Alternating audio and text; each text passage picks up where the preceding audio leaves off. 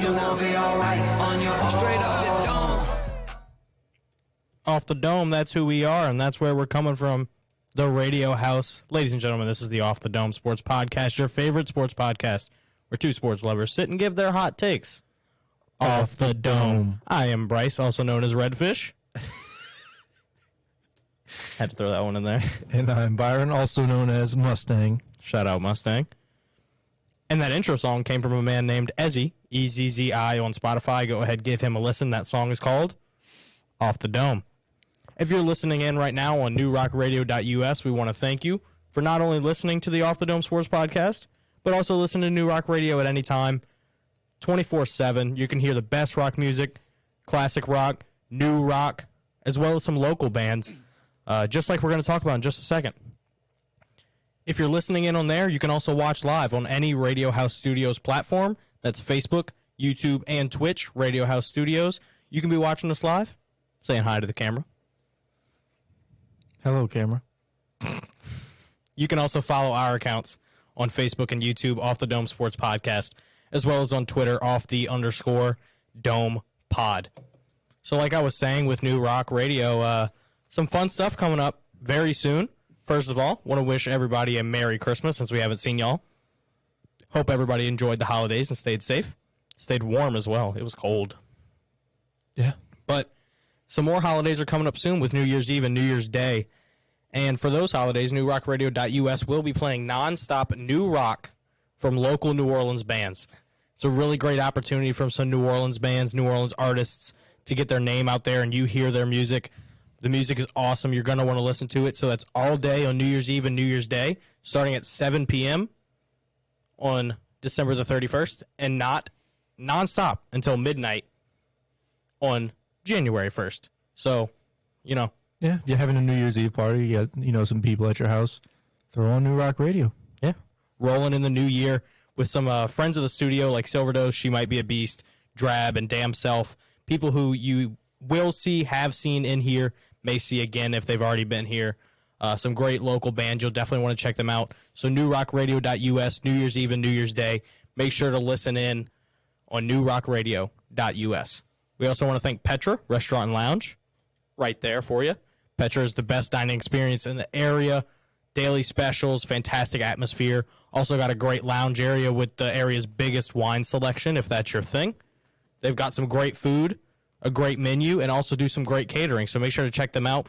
You can go into Petra, 1036 West Airline Highway, or give them a call to set up some catering at 985-359-8888. Now, on to the sports. Oh, no. Hey, it was a good weekend, man. Yeah. The Saints got a win again. Not for betting purposes, but... Oh, no, betting was bad. Betting was real bad. But we're not going to talk about that right now. Christmas we're going to talk... was not kind. Christmas was kind to the clothing department. Yeah, the clothing That's where department. I get this jersey from, Harold Perkins. Christmas was kind to the family department. Got to see some family. That was great. The food department. The food department. Great. Oh, love me some good food. Excellent. But you know what it wasn't a fan of? FanDuel account. Yeah, or my work schedule. That's neither here nor there. But it was a fan of the New Orleans Saints. Yeah. The Saints got a win on Christmas Eve against the Cleveland Browns in what some would call a barn burner. 17-10 in negative 9-degree weather. Oof. But, hey, the Saints are racking up wins. 2 wins in a row, 3 out of our last 5. It's still possible for us to make the playoffs. Yeah, I mean, it'd take a lot, but... I mean, I don't love it.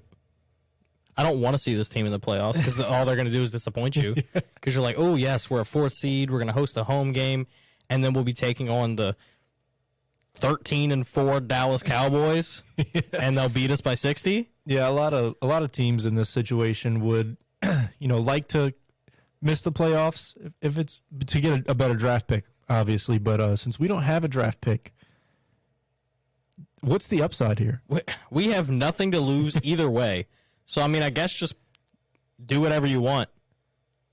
I don't know. We don't have a draft pick, so there's no point in missing the playoffs. But do you really want to go on national television and get stomped in the playoffs? I mean, they do it every week. Yeah, that's fair. Except for this week. I mean, did you see the quarterback battle on Sunday? Yeah, I mean, the wind was blowing really hard. Absolute quarterback battle. I mean, just couldn't ask for a better game out of our quarterbacks. Andy Dalton, 8 for 15 for 92 yards and a pick. Deshaun Watson on the other side, 15 for 31, 135 yards and a pick. Man, quarterbacks were on fire.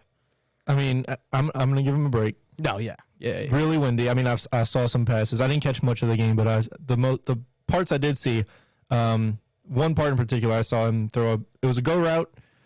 I think it was to Shaheed.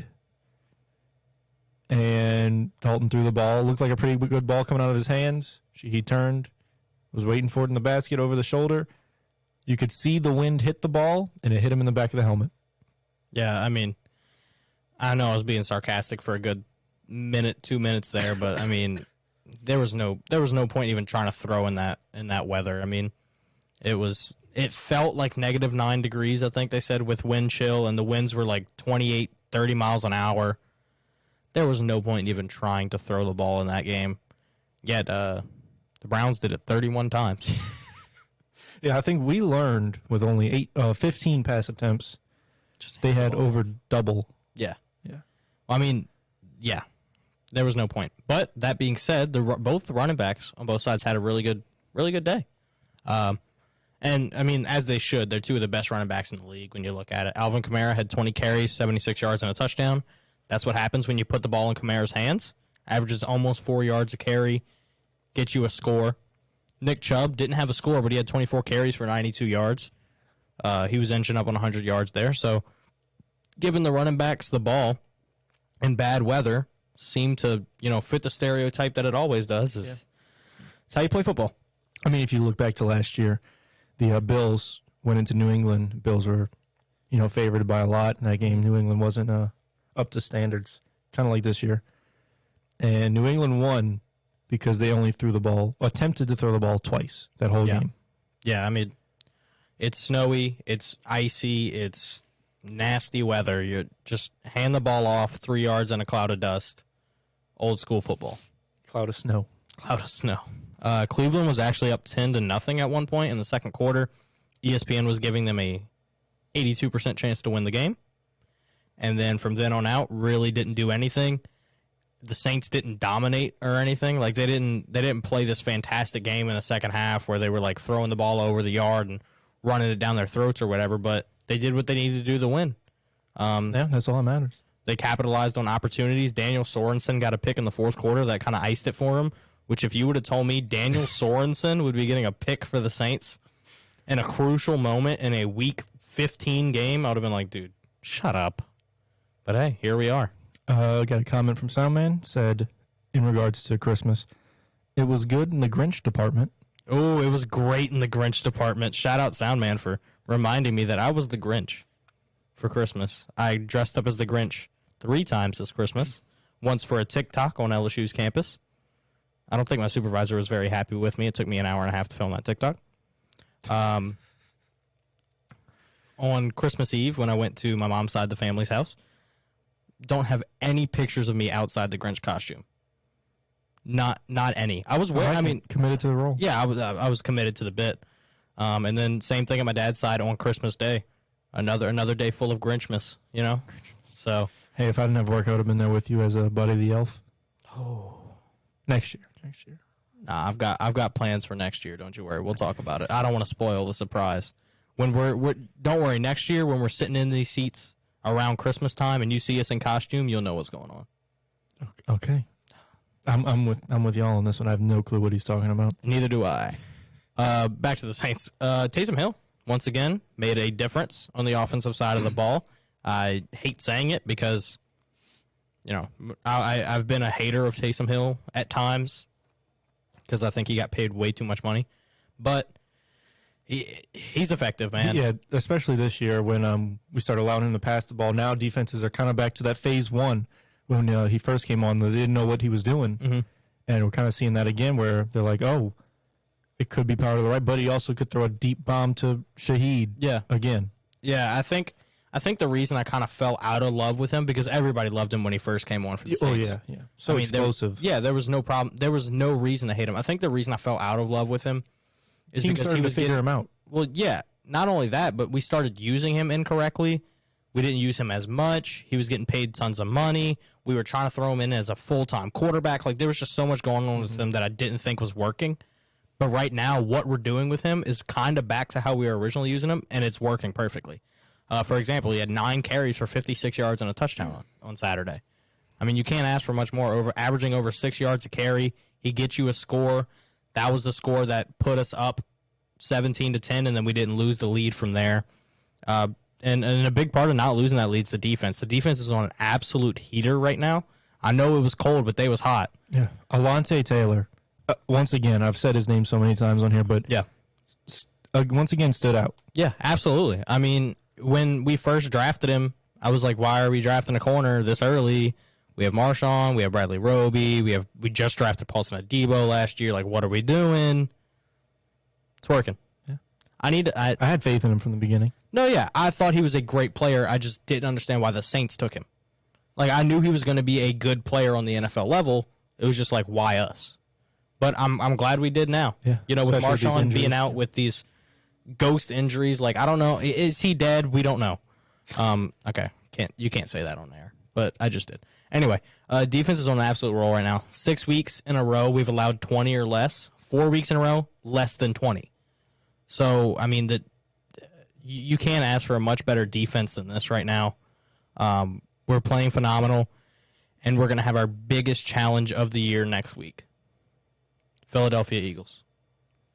It's going to be rough. I mean, they didn't even have Jalen Hurts this week, who is arguably top 3 in MVP race right now, and they put up 34 points. Yeah, against the Cowboys defense, too. Yeah, and, well, you know, that's what happens when you have Minshew Mania as your backup quarterback. Yeah. Gardner, listen, I don't want to get on a rant about Gardner Minshew. Well, that's not even debatable. Gardner Minshew could start Brock Purdy.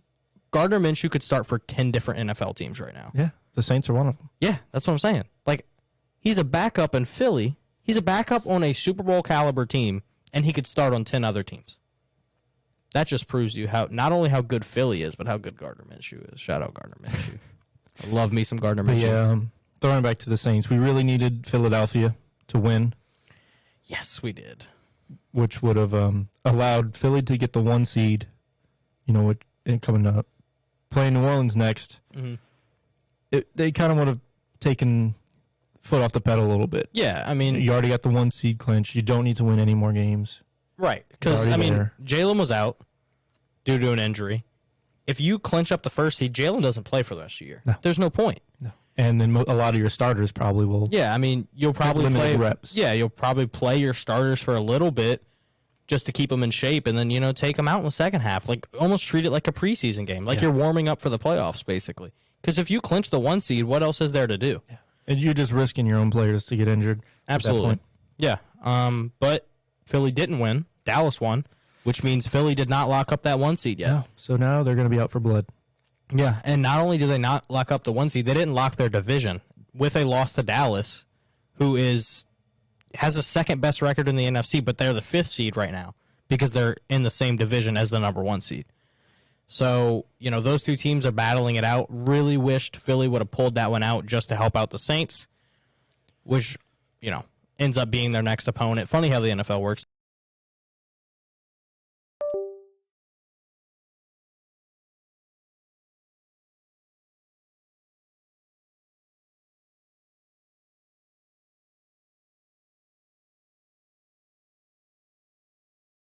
Shoes very good. I mean, he threw 335 yards and 3 touchdowns in that Cowboys game. He's a damn good quarterback. Yeah, and that also speaks to the depth of the Eagles. So I don't like the Saints' chances against the Eagles. However, if we do win, and then we win the last week, and somehow we would also need Tampa Bay to lose both their next games to the Panthers, and the following week, which to the Falcons. Panthers are hot, coming off a big defeat of my Detroit Lions. Oh, that killed me. Yeah, 30-point game. Bro, if the Lions would have won that game, they'd be sitting pretty in the playoff race right now. They would be the 7th seed as of right now if the Lions had won that game. Instead, they're the outside looking in. However, they could still make it, so don't be hating on my Lions. Did you hear Dan Campbell after the game? No. I didn't have the heart. He walked up to The coaches. Oh, I mean, did. yeah. Yes, I know what you're talking about. I know what you're talking about right now. Yes, I did see that. It just shows his character some more. Yeah, hey, I'm telling you, He culture, thanked him. Culture means a lot in the NFL. Yeah, for those of y'all that didn't see, he walked up. The coaches meet after the game. They're usually the first people to meet, come to midfield. Quick little handshake at the 50-yard line. And he thanked Panthers head coach, interim Steve Wilkes. head coach, for the butt kicking that they gave him.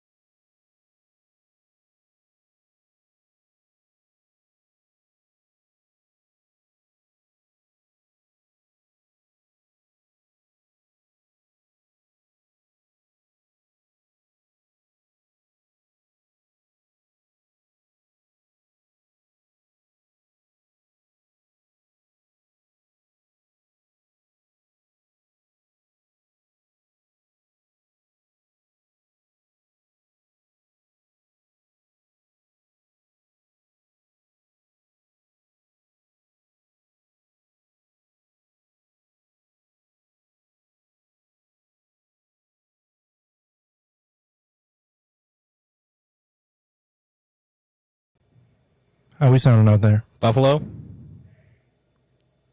Are we good? All right. All right, rocking with it. Looks like we're back. There was a little audio mix up. Technical difficulties. It happens. Cold weather. Can't have everything. But like we were saying, AFC playoff picture. 5 teams have locked it up in the AFC to make their way into the playoffs. We've got the Buffalo Bills, the Kansas City Chiefs, the Cincinnati Bengals, the Baltimore Ravens, and the Los Angeles Chargers. Are any of those teams a surprise to you? From the beginning of the season, no. But as the season went on, the Chargers, I didn't think they'd make it. They looked the most mid of any mid. Yeah.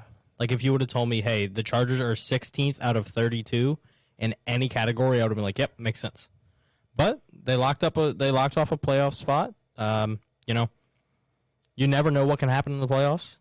So we'll see what the Chargers were my Super Bowl pick before the season started. So I would love for them to make the Super Bowl. It'd make me look smart. Yeah. But we'll see how that goes. As for some other teams looking into the playoffs in the AFC, Jags and Titans are battling for the AFC South right now. Jags kind of came out of nowhere, man. They started off the season hot, hit that cold stretch in the middle where it was like, they weren't doing anything in the middle of the season, and now they're heating back up. Yeah. We also saw the Titans, who have kind of been in that in between stage all year. They had some games that they were great, and they had some games that they were on par. They didn't really have any games that they were subpar until recently when they lost to the Texans. They've lost, I think, 3 weeks in a row now, 3 or 4 weeks in a row. I mean, they, like you were saying, they were a team that was either playing really well or kind of just like average in the middle. They were never having really bad games because, they sent the Chiefs to overtime even though they lost.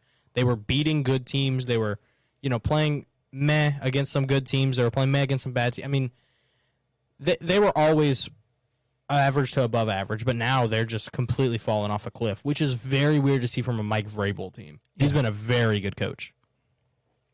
Won Coach of the Year last year. But yeah, Jags, Titans battling out for the AFC South, which is a very bad. It might be worse than the NFC South. Yeah, I mean, again, I think both the Souths. Both the Souths turned into both the Easts. Yeah.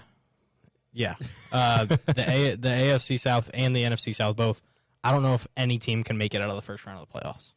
If they had it set up differently to where it was kind of just like the best teams in each conference, none of the South teams would make it. No, not at all. But that being said, not this upcoming week of the NFL, but next week, the Jags and the Titans will be taking each other on in Week 18, and the winner of that game goes to the playoffs. It doesn't even matter what happens this week between the two teams.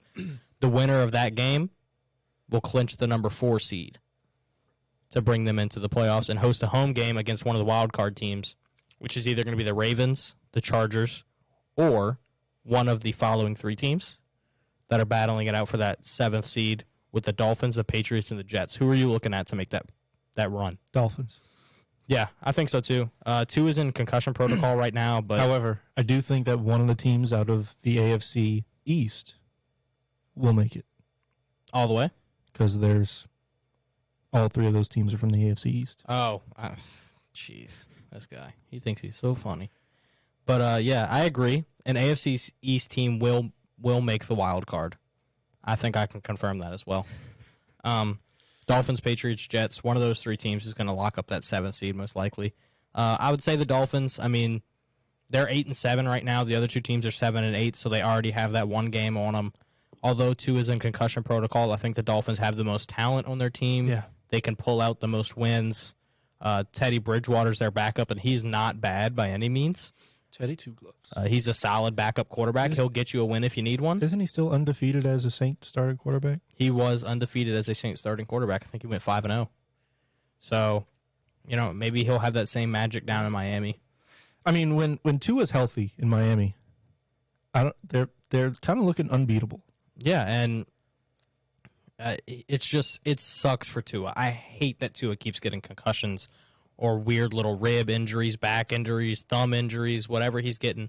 It sucks because when Tua's healthy and the Dolphins are full go, They're good. they were beating they had foot on the gas pedal, beating the absolute poop out of teams. The poop, man. They were doing what the Rams did to the Broncos and beating them 51-14. Like that's what the Dolphins were doing with Baker a fully Magic. healthy Tua. Baker Magic indeed. Hey, shout out to the Rams, I guess. But over on the NFC side, we have 4 teams who have locked up. We've got the Eagles, the Vikings, the 49ers, and the Cowboys. Those first 3 teams were me, you, and Rebo's picks out of the NFC to go to the Super Bowl. So, Look hey, at us. we look pretty good right now. Just don't look at our AFC teams. My AFC team is in the playoffs. His AFC team is in the playoffs. Your AFC team is like a top 10 pick right now. But, hey, it happens. Who was Reese's AFC team? We both had the Chargers. You had the Broncos. So y'all just got in. Yeah, we barely. Hey, all you need to do is get in the dance, baby. But yeah, Eagles, Vikings, 49ers, and Cowboys are the 4 teams who have locked up. If the season ended today, those last 3 teams would be the Bucks, the Giants, and the Commanders. So the entire NFC East would be in the playoffs.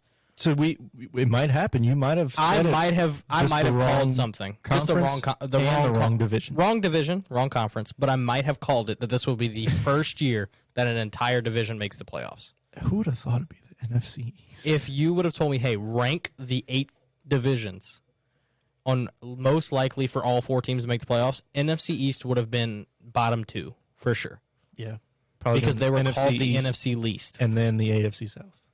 Yeah, I mean NFC South would have been down there too because there's no way the Falcons would have made the playoffs in my mind. So yeah, NFC least to NFC beast. Yeah, that's this year's little thing for me. But other than those teams, we've also got the Seahawks, Lions, and Packers who could make their way in for that 7th seed. If the Giants win this week, they'll lock up a playoff spot. The Commanders are kind of fighting for it. They're in as of right now, but if things don't fall their way, Packers, Lions, and Seahawks could make it in for that 7th seed.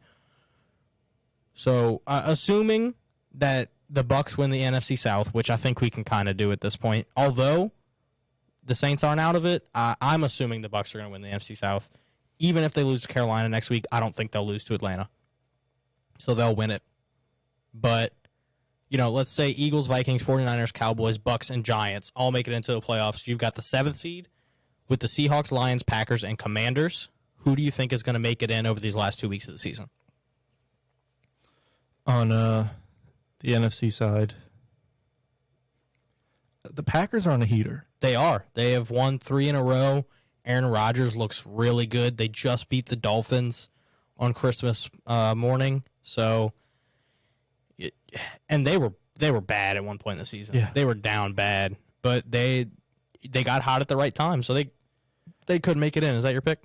I think it will be my pick for the NFC. The Packers making it in. Funny story about the game on Christmas. Soundman had a bet. Took the Packers money line and the over, which was 49.5. Mm-hmm. Final score was 26-23. Oh, Packers won. But it was Missed it right by at half a point. 49. That sucks, man. Oh, I hate that for him. I don't think the Packers are going to make it because they play the Vikings this week. They would have to win out to make it. I think the Vikings are going to win, so the Packers are not going to make it in my mind. Seahawks have been looking very, very bad recently, so I don't think I can count on them. So for me, it comes down to the Commanders and the Lions.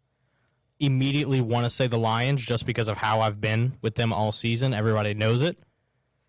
And in my opinion, the Lions have the easiest remaining schedule. It just makes sense because so for me it came down to Commanders and Lions, right? If we're looking at the Commander schedule, they play 2 home games, so that looks good, but they're against the Browns and the Cowboys. Browns aren't great, so they can beat the Browns. But if the Cowboys are still fighting for the NFC East in the last week, there's no way they lose that game. So it looks bad there. Lions play the Bears and the Packers. Now, the Packers is going to be a good game.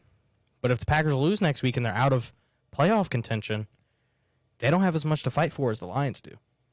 This is true. So, give me the Lions, bro. Who plays first? Like, What do you mean? Packers, Vikings, and then Lions, Bears. Oh my, but who plays first? Oh, my, he said. Because if the Lions and Bears let me play see. first, Let me see. and the Lions lose that game, Packers could still it'd still be a fight. Yeah, I'm going to see real quick. Let me see who's playing first. I don't know that off the top of my head. That is We're a getting in question. depth now. Yeah, that was never a question. Lions play first at 12. Oh no! And then the Vikings Packers at 3:30. So, I mean, listen, I think the Lions are going to win out. Whatever happens, happens. Give me the Lions to make the playoffs, though, as the 7th seed. If the Lions make the playoffs, I'm going to be so... Dude, nobody was going to want to be around me. You will not, well, you already don't, but you will definitely not want to be around me if the Lions make the playoffs. I will be the biggest I called it of all time. But anyway, Ridiculous. that's what the playoffs are looking like right now. In your brain, you can go through all the scenarios: who's going to get what seed, who's going to play where, all that kind of stuff. There's countless scenarios. Yeah, but end of the day, if you had to pick your 2 teams for the Super Bowl right now, who are you taking out of each conference? Super Bowl matchup. I'm going to take the Niners. They're hot. Their defense looks incredible. Niners out of the NFC. And out of the AFC, I'm really kind of torn between 3 teams. Mm-hmm. Bills, Chiefs, Bengals. Same 3 teams that were the top contenders last year, really. Yeah. I think this is the year the Bills finally get past the Chiefs, even if they don't play them. They probably will, but I think they finally can get past them this year. That's fair. I like the Bills as well. I don't have them going to the Super Bowl, but they would be my second choice. I think they're gonna play the Chiefs in the divisional round and finally take them. It's gonna be the 3rd year in a row we see that matchup. I think the Bills can finally win it. I think they have what it takes. However, well, they would be playing in Buffalo this time. true, because the Bills Bills are most likely going to be the number 1 seed if they continue what they've been doing. So I don't have the Bills making the Super Bowl. I have the Bengals instead. They are hot right now, and kind of like in baseball where we're like the hottest team has the advantage. It might carry over for the NFL as well. Cincinnati has been playing lights out, and they haven't been healthy. You haven't seen a full healthy game from Cincinnati, I feel like, and yet they're still winning every game they play. Either Joe Mixon's out, T. Higgins is out, Jamar Chase is out, Trey Hendrickson's out, Sam Hubbard's out. It doesn't matter. They're missing somebody, and yet they still find a way to win. So I'm going to take the Bengals to make it out of the AFC. And in the NFC, I know they just lost, but that game came down to the wire, and they were missing their best player. I'm going to take the Eagles. I know it's an easy pick. I picked them before the season. I'm still going to pick them now. They just look so darn good. Yeah, I'm kind of sticking with the 49ers since they were my pick at the beginning of the season. Even though all the quarter. They're on their third quarterback this season. Trey Lance went out early. Jimmy G picked up the slack, did very well. He's out. Now down to Brock Purdy. And he's a dog. He has been playing lights out. I didn't have faith in him at first. As you shouldn't. I mean, he was the literal last pick of the NFL draft. Yeah, Mr. Irrelevant. You know who else was the last pick of the NFL draft? Tom Brady. No, he wasn't. Close. He was picked one. He was 6th round. Same round. Still, Yeah. Well, still low.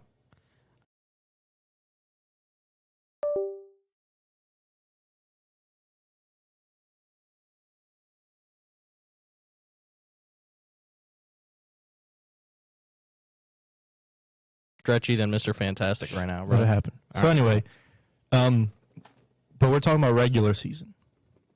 Brock Purdy been doing well, but it's still the regular season. Playoffs, whole different atmosphere, whole different animal. Do you think he can continue doing what he's doing in the playoffs? No. Playoff football is different, bro. We We see it every year. Like, you can see a team who in the regular season is an absolute offensive powerhouse. They'll score 38 points a game. Then they'll go into the playoffs, play a team who may not even have that great of a defense, and put up 20 points. Playoffs are different. Stuff happens. The moment gets too big for some people. And I'm not saying Brock Purdy can't do it because he's been playing really well, but I just don't trust a rookie 7th-round quarterback leading you to a Super Bowl, especially if you don't have a bye week. Especially if they only played half a season. Yeah, it's just... I think the 49ers defense is good enough to lead them to the Super Bowl. I don't know if the quarterback play is there. But you never know. Well, they might get Trey Lance back if they make it far enough in the playoffs. Trey Lance, probably not, but Jimmy G definitely. Jimmy G said he might be healthy for the divisional round. Oh. That changes everything. Yeah. 49ers all the way. Okay. Moving out from the NFL to some college football. We're going to talk about cheese. LSU for a quick second. We're going to talk about some cheese for a Some second. cheese. January 2nd, the Cheez-It Citrus Bowl. LSU taking on Purdue. They are currently 14.5-point favorites. Now, you may be saying, why are we so heavily favored in a game against a team that made their conference championship? Well, Purdue's only 8-5, so they're not fantastic. Also, they're going to be missing 4 of their 8 best players. QB1 Aiden McDonald is out. Wide receiver 1 is out. Tight end 1 is out. Cornerback 1 is out. Wow. Yeah, they're all foregoing the bowl game and going to the NFL draft or injured or whatever the case may be. LSU has no reason to lose this game. Our offense averages more points, and they're going to have less weapons.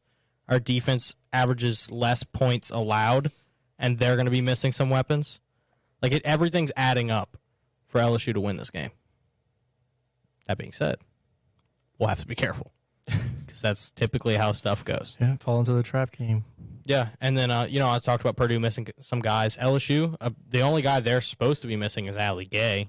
Even the guys who were going into the draft, other than him, said they're probably going to play in the bowl game. It's looking good for LSU in this bowl game. Are you expecting us to win? Yeah, absolutely. Yeah, definitely. Purdue started off the season hot. Mhm. Then they kind of fell off once, they started playing better opponents. And then once they got to conference play, they kind of just really fell off. They made their conference championship in somewhat of the same fashion that LSU did, in that their side of the division was kind of lackluster, and Yeah. the other side, not so much. Yeah, because the problem with the Big Ten is Michigan and Ohio State's in the same division. Yeah. Only one of them can make it. So the other side, you're going to get a Purdue. You're going to get a Nebraska. You're not going to get a big team. And not only that, but Penn State's on the same side as Michigan and Ohio State. So you're only going to get your best 3 teams in the conference. Only one of them is going to make the conference championship. So in my opinion, they need to change that. But I guess we'll see. Purdue did hold it to Michigan for the first 3 quarters. They played really well, and then in the fourth quarter, Michigan came up and they got what was coming to them. But we'll see how LSU does. Speaking about LSU, I want to talk about signing day in the transfer portal for just a minute. We did really well, in my opinion, as far as people coming back, people coming over. Jaden Daniels said he's coming back. Kayshon Boutte said he's coming back. And Josh Williams said he's coming back. So we got our QB1 back, our wide receiver 1 back, and our running back 1 back. Well, he's going to have to play better to be considered wide receiver 1 in my mind. Right. Well, yeah, I agree. Play-wise, he will have to play better. But name-wise, he's going to be the first on your depth chart. Just because you know what he can do, especially what we saw from him in his freshman season. So, our offense is coming back. It's going to be another year under Brian Kelly. And then I'm going to go over just a couple names that we got on signing day and in the transfer portal just to give the people a little heads up to what to be looking at for next season. The number 1 rated player in the transfer portal was cornerback Denver Harris. I mentioned him before, and we did get him. Got Denver Harris from Texas A&M, 5-star coming out of high school. Was a All-American last year as a freshman, and he'll be coming on over to Baton Rouge. We also got 4 more 5-star recruits. Those are high school players that will be coming in as freshmen next season. We got an O-lineman, a D-lineman, a corner, and a wide receiver.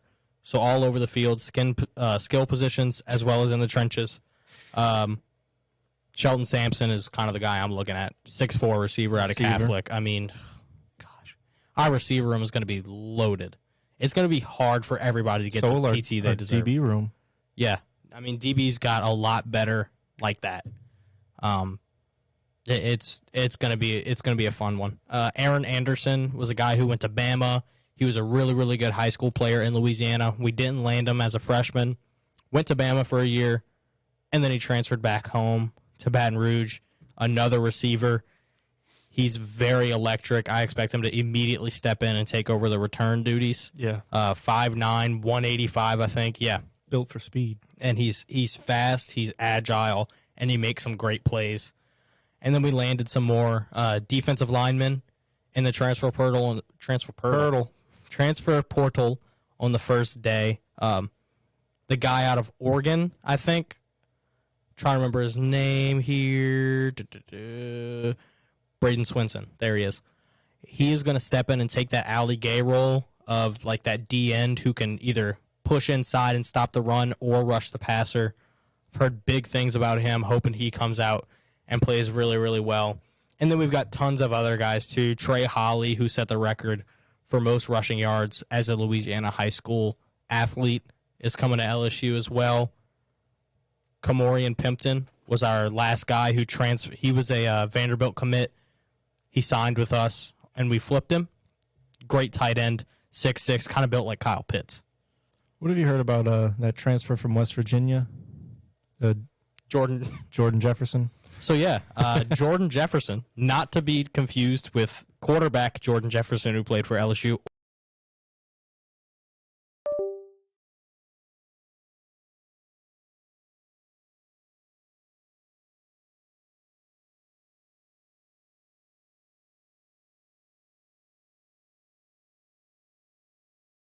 Stop the run, hopefully.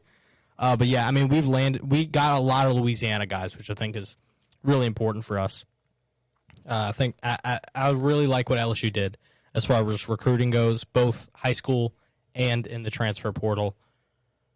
Early expectations for next season. Way too early expectations for next season. Too early. What are you thinking? Like just off the dome. That's what we do here. I'm thinking kind of a similar season as this one, except we're going to start off hotter. So, better, obviously. Mm-hmm. What do we finish this? Right now, we are 9-4 with a loss in the SEC championship. We went 9-3 in the regular season. I'm going to go 10 wins.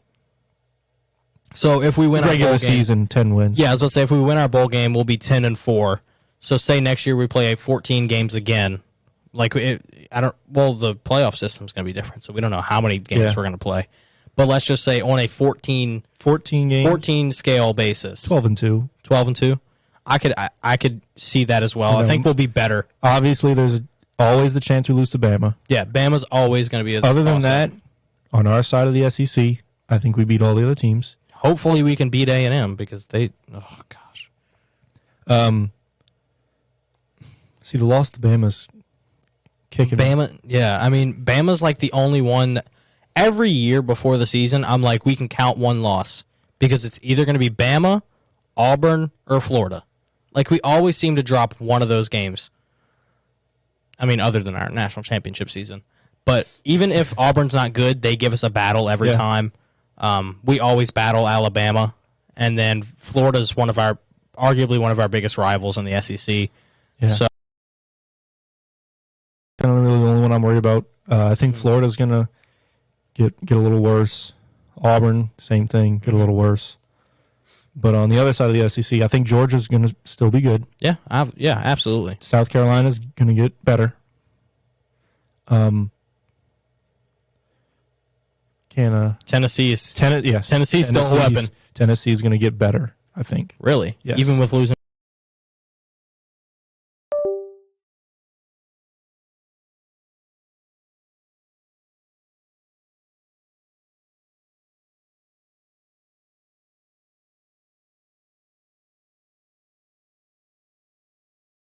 In the SEC championship. So, I mean, I don't think there's a reason. Let's put it like this. I see us making it back to Atlanta next year. Yes. Yeah. With what we did this year, with the weapons we had and the problems we had, a whole offseason under Brian Kelly to really get his system in, I see us making it back to SEC championship next year. Just way too early expectations based off of the recruits we have, the guys we got in the transfer portal, the chemistry we'll have back. We're not really losing too much. I like this LSU team looking forward. College football playoff in general, Georgia versus Ohio State, Michigan versus TCU. We already talked about it a little bit, but let's lock in our answers now. Who do you think takes each of those games? So first one, Georgia, Ohio State. Give me Georgia. I agree. I just think they're with these four teams. I think they're kind of like a step above the others because Georgia's really good on both sides of the ball. The other three are kind of, their offense would be really good, but their defense is kind of shaky or vice versa. And I think Georgia's just got that real solid on both sides of the ball kind of team. They got that dog in them.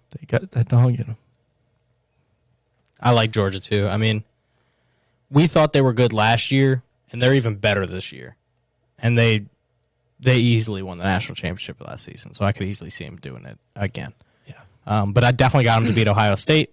Second game, Michigan versus TCU. The more I think about this game, the closer I think it's going to be. At first, I was leaning with Michigan. I was like, man, Michigan's going to win. Michigan's going to win. Michigan's really good. But the more I watch, I don't know why, but the closer it gets, I'm like, man, TCU really might have a shot. I think it's just because I want TCU to win. It's just that playoff feel. I also want them to win. However, that underdog mentality, Yeah. I also want them to win. Because, TCU going to the national championship? What? Yeah. But I do think Michigan has the edge over them. Mm-hmm. I just think their defense is a little bit better than TCU's defense. Yeah, definitely. And so that really kind of gives them the edge for me. So I think it'll be Georgia, Michigan in the Natty with Georgia taking it all. I realistically see Michigan winning, but just for the sake of being different and for the sake of seeing what I want, I'm going to go TCU to win. You got to Max Duggan. Oh yeah, he's him. If Caleb Williams wouldn't have been so good to end the year, I know they had that loss to Utah, but if he wouldn't have just put up consistent numbers every single week, I think Max Duggan would have came away with the Heisman, just because he had a very couple games where he missed some stuff, like in that Baylor game when they almost lost. Yeah, or then when they lost to Kansas State. Well, the thing is he still had a great game that game. He took off for 80 yards in overtime. But a loss counts for a lot. Yeah, so I think Max Duggan was right on the cusp of winning the Heisman. I really like him. I like he has an edge to him. I like that he definitely has the capability to take off and run on you. And not only fast, but he's got power on him. I just really like that TCU offense, and I think in the playoffs here, they'll be able to pop off one random play where you're like, is TCU going to win this thing? And then ride the momentum. I'm going to take them to beat Michigan in a very high-scoring game. Just because I said that, it's going to be like 17-10 or something. But I two think, real explosive offenses. yeah, I think TCU can take it. So I've got Georgia versus TCU in the national championship, and then that's where TCU's Cinderella run will end. I think Georgia's going to win the Natty. Going a little off track here. Max Duggan. I like him a lot. I know you like him a lot. Mm-hmm. Excluding the Saints, Yeah. where would you like to see him play? Oh, good question. Where would you like to see him, and where do you think he'll go? Okay. Where would I like to see him? With his attitude and his capability to take off outside the pocket, I'd like to see it go to a young team. And in my mind, immediately I go to the Jets. That's a First thing in my mind is see Max Duggan on the Jets. It makes sense because everybody on that team was young. Garrett Wilson's your starting wide receiver. I mean, they already said they're moving on from Zach Wilson, basically. Yeah. So you've got Mike White starting. I don't think that's sustainable for a team that's about to make the may make the playoffs. Joe Flacco might quit football this year. Yeah. I mean, Breece Hall is going to be coming back from an ACL.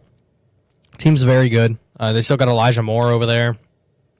Michael Carter. I mean, they've got some good guys on that offense. Some good young guys. Yeah, bring in Max Duggan. I think that would be a great fit for him. So that's where I would like him to go. As far as where I think he will go, I don't know if he's a first-round quarterback just because you've got Bryce Young and C.J. Stroud and Hendon Hooker who are... And Caleb Williams. Well, Caleb Williams is next year's draft. Oh, yeah. I think Max Duggan is going in to this year's draft. So he might be like a second-round guy or a late first-round guy. A team takes a shot on him. As far as where I think he will go, that's tough because, I mean, the quarterback situation right now in the NFL is so strange. So strange. If there's a team picking towards the back half of the draft that need a solid backup quarterback or their quarterback's getting older but don't have a good backup yet, oh, man, you really put me on the spot with this one. I am trying my hardest to think of a team where he may go. Give me... Oh, gosh. Give me... Seattle. I could see Max Duggan going to Seattle. That is my prediction of where he will go. As far as where I want him to go, give me the Jets. Nice. You know what I could see? If somehow, because I'm pretty sure the Texans will probably take Bryce Young. Yeah. First overall, Bryce Young. Who's got the second pick right now? The Bears. They won't. I don't think they'll take a quarterback. They're not gonna take Who's a got the third pick right now? The Seahawks. Oh, from Denver. They could go C.J. Stroud. So that changes my Max Duggan pick. Okay, give your analysis. Give me time to think. So then you got Arizona. They're not going to take a quarterback. Colts could take a quarterback. Definitely need to take a quarterback, by the way. If Seattle decides to stick with Geno, which I think they will, they had a lot of success, then I think next in line, who was it? C.J. Stroud to the Colts. Then you got the Falcons. Falcons have Desmond Ridder. I don't think they'll take a quarterback. And then you got the Lions. Yep.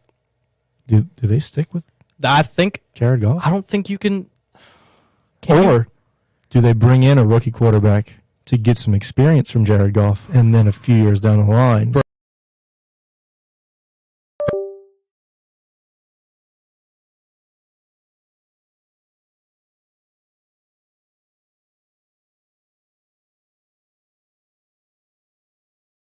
Now that you say it, I don't know why I didn't think about it. It's a young team, too. Yeah, that's another young team.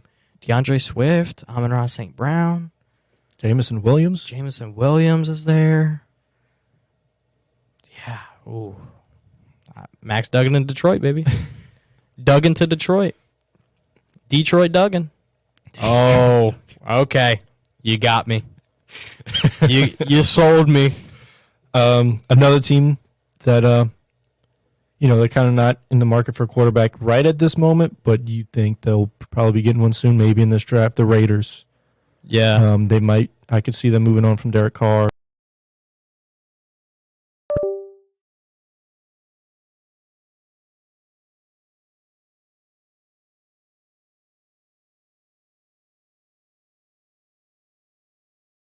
mean, Carolina's a team that's going to need a quarterback. So there's a lot of quarterback needs. The Lions were the team that I'd like him to go to.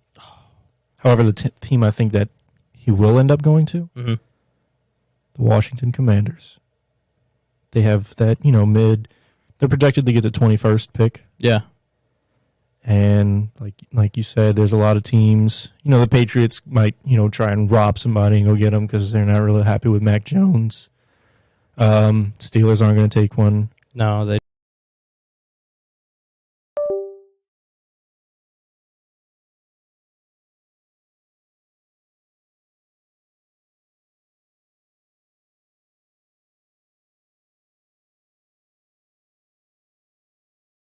Shoot up boards for sure. Oh, yeah. I expect him to be a later first round pick, but if he moves into that middle to early first round area, I would love him in Detroit. But Indy is a team you mentioned that I think would make a lot of sense for Max Duggan.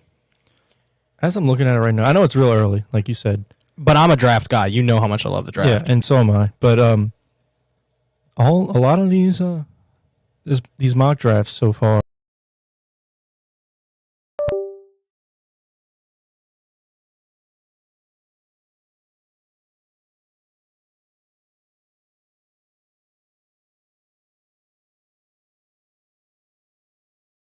Was updated. He was bad yesterday. Interesting. Okay. I mean, maybe I don't know as much as I think I do, but we'll see how it goes when it gets closer. This one has C.J. Stroud going to the Colts and Yeah. Will Levis going to the Seahawks. Will Levis is going to be a first-round pick because he's Zach Wilson all over again.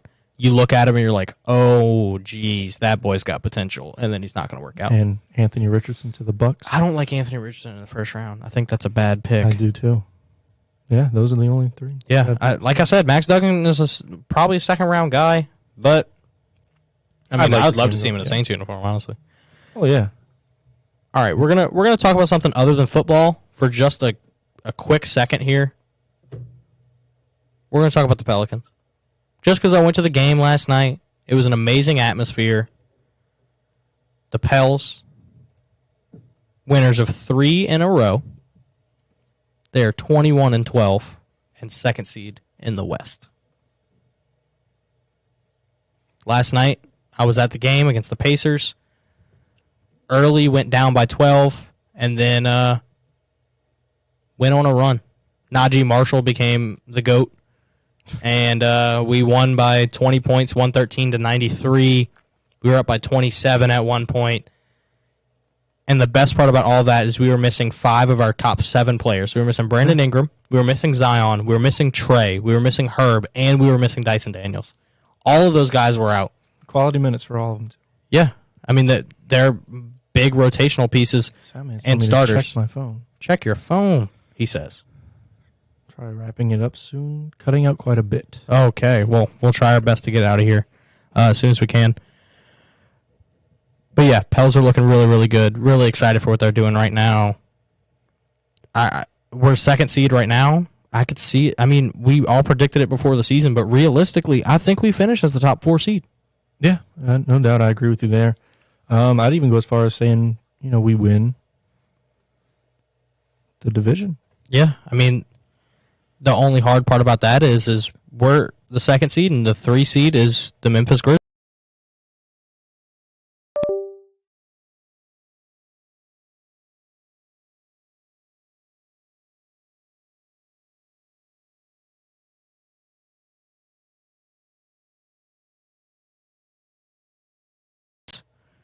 Somebody who shouldn't, and Garrett Temple.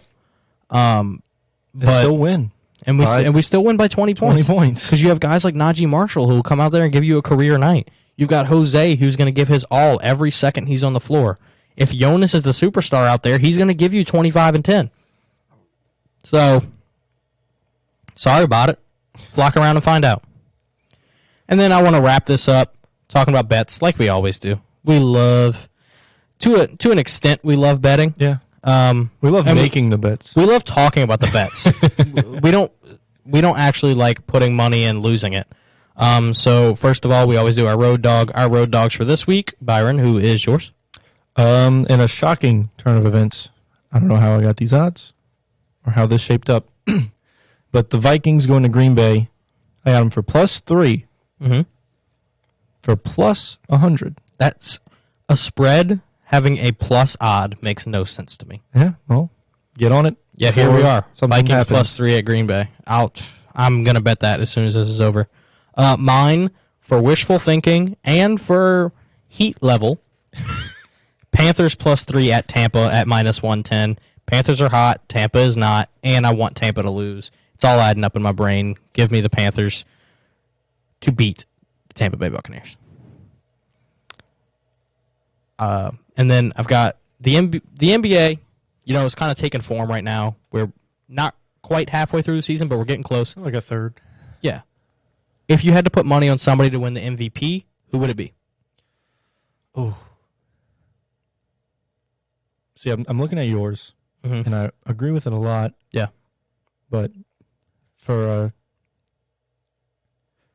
fun's sake, and to be a little different, I'm going to take Giannis. He's out there. It's funny to say to be a little different and then saying Giannis because he's like the most dominant player in the NBA. But you're right. I mean, neither of us took the favorite, which is Jason Tatum right now. He's at +270 to win MVP right now. Yeah, I'm taking Giannis. He's at +360. He's having one hell of a season too.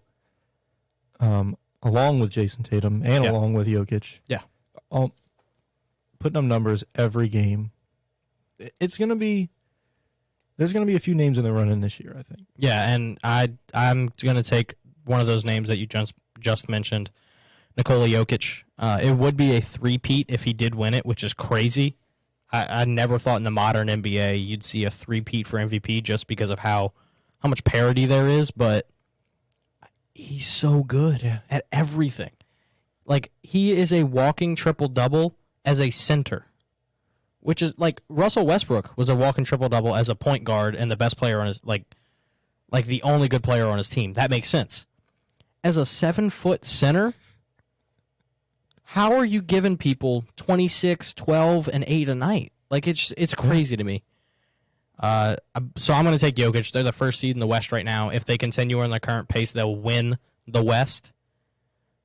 And best player on the best team, Jokic might make a three-peat. And he's at +440. So I like the odds on that, too. Yeah. So last thing here, absolute last thing. It's going to be quick. We did an interesting little thing here. I love my stupid parlays, and this is the stupidest of stupid. If you parlay a Super Bowl winner, a national champion, and a NBA Finals winner all together, all three teams together, you get huge odds. Well, yeah. Who are your three teams, and what are the odds? I went first in the last two. You're going first. Shoot, I wanted you to do it first. All right, so if I do all three of mine, I've got the Bengals winning the Super Bowl. I've got Georgia winning the national championship. And I think the Milwaukee Bucks might win the NBA Finals. So preliminary, those are mine right now. Take those three, put them into a parlay to all win their leagues. You get those odds at plus 9,543. So if you think about it, you can bet $10 and win $954.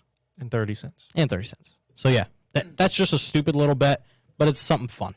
Yeah, I mean, go put $1 on it. Yeah, why not? $95. Yeah. But I got the Niners, Georgia also, and the Celtics. Your Celtics. My Boston Celtics. They're hot. They're good. What are those odds on that one? Looking at plus 62.69. Quick little $6,000 if you put $100 on it. Yeah, nothing major, something slight. But yeah, just to end off on a fun note, that's what we wanted to do. Give some bets, give some crazy bets, some easy bets. Talked about football a lot, talked about a little bit of basketball, and that's going to do it for the Off the Dome Sports podcast tonight. However, don't forget that on New Year's Eve and New Year's Day, you can tune into newrockradio.us. You'll be hearing local New Orleans rock bands all day long, starting at 7 p.m. on New Year's Eve, all the way through midnight on New Year's Day. You won't want to miss it. Definitely tune in. You're going to hear She Might Be a Beast. You're going to hear Drab. You're going to hear Silverdose. You're going to hear Damn Self. Friends of the studio have been in here, will be in here, may come back again. Definitely listen in to newrockradio.us on New Year's Eve and New Year's Day. We want to thank newrockradio.us for allowing us this opportunity to get out to the people and talk about sports. I am Bryce. And I'm Byron. And this has been the Off the Dome Sports Podcast. We will see you next time.